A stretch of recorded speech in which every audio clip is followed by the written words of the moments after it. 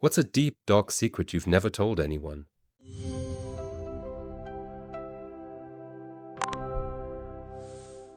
I was really horny, but my family was around, so my solution was to go take a shower and choke the chicken in there. At the time, I didn't have a phone case on my phone since my previous one broke. I was getting pretty close standing in the shower, so I went to set my phone in basket on top of the toilet where my wallet and stuff was. But instead, I accidentally dropped my phone on the tile floor, and the screen was completely shattered. I immediately realized I couldn't easily explain this to my dad, so my solution was to finish my shower and get dressed, then go to the basement stairs and slip down the stairs and get scratched up and let my phone fall. I then went upstairs with my bleeding knee and broken phone and say I fell down the stairs and that it broke my phone. I immediately got sympathy from my family and didn't get in trouble. Nobody knows that I threw myself down the stairs and didn't just slip. I realize now that I probably could have just said I fell, but at the time I felt I had to actually do it. My wife has a ceramic mug that she uses all day every day to drink water. As long as I've known her, she's used the same mug. 5 years ago, shortly after we moved in together, I found the same mug on eBay. That replacement mug sits in a bonks box at my office, just in case the day comes that I accidentally break the original. This is very cute. You should start swapping them out now. Get a little wear and tear on the new one so when the day comes that one of them breaks, it's not so obvious. Not as serious as most of the above posts, but I am 20 years old and still can't ride a bike edit. Thanks for all the responses and offers of help. Many of you have offered to help and I really appreciate the gesture, but it's a secret because it is embarrassing to learn at this age in public. Ha ha ha ha. Thanks for all the upvotes too. I blame myself for one of my best friends passing away. He lived across the country, but I stopped talking to him when we both delved way too far into hard drugs, and I blamed him for it secretly. A year later, he was found dead, and the last time I saw him, I was barred out on Xanax. I'll never forgive myself for that. I could and should have been there for him. My dad was not a good parent and extremely lazy. When I would wake up in the middle of the night and ask to go pee, he would just put me back in bed and tell me to go back to sleep. It got so ingrained in me to sleep through that internal alarm that tells you to get up and pee that even now in my 20s, the only reason I don't wet the bed is I've learned to not drink anything an hour or more before bed and to force myself to use the washroom right before I go to sleep. I wake up painfully dehydrated every day, but it's better than being an adult that wets the bed. My father has doomed me to a lifetime of the most embarrassing and awkward struggle. If anybody remembers the toy Sock'em Boppers, basically they're blow-up boxing gloves that are shaped kind of like lawnmower tires. They didn't need to strap or tie around your wrist to stay on, because at full inflation the hand insert was tight enough to snug your wrist. Well, one day I'm lying on the couch and my little brother decided to whack me in the side of the head with one when I wasn't paying attention. His fun was cut short, however. He immediately took off the bopper and lamented that it was wet inside the hand insert and that it stunk.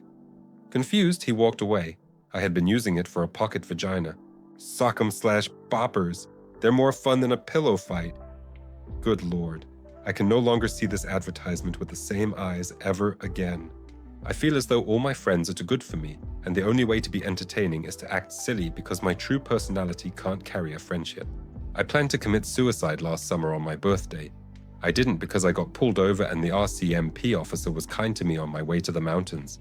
Then I met two older couples on the hike I was going to do it on, and they invited me to hike with them, then took me out to dinner and bought me my meal and a drink because they said no one should be alone on their birthday. They unknowingly stopped me with their kindness. Edit. Obligatory thank you for the gold, but also for all of the responses. I'm happy to still be here, not saying this year hasn't been one of the hardest years of my life, but just being around complete strangers on my birthday who genuinely cared about making my birthday a memorable one was enough to pull me back from the edge. Thank you so much for all of the comments. I mean it, I'm happy this was my first gold. Edit 2. I generally try to stay low-key on Reddit, but I'm so glad I posted my original story.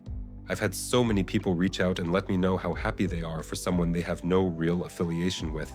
You, as a community of people, are awesome. Once again, thank you so much for your responses, replies, words of encouragement, and your own stories. I'm sorry I can't reply to all of them, but I've read all of them. The craziest being someone who remembers my response to their Ask Credit question almost exactly a year ago about me planning to drive to the mountain and kill myself on my B-day. But they are all heartwarming. Keep being kind, and I'm glad this story could ignite that in so many internet strangers. How has life been since? Ups and downs. The whole thing stemmed from some declining health issues, but I just passed a huge milestone yesterday with it.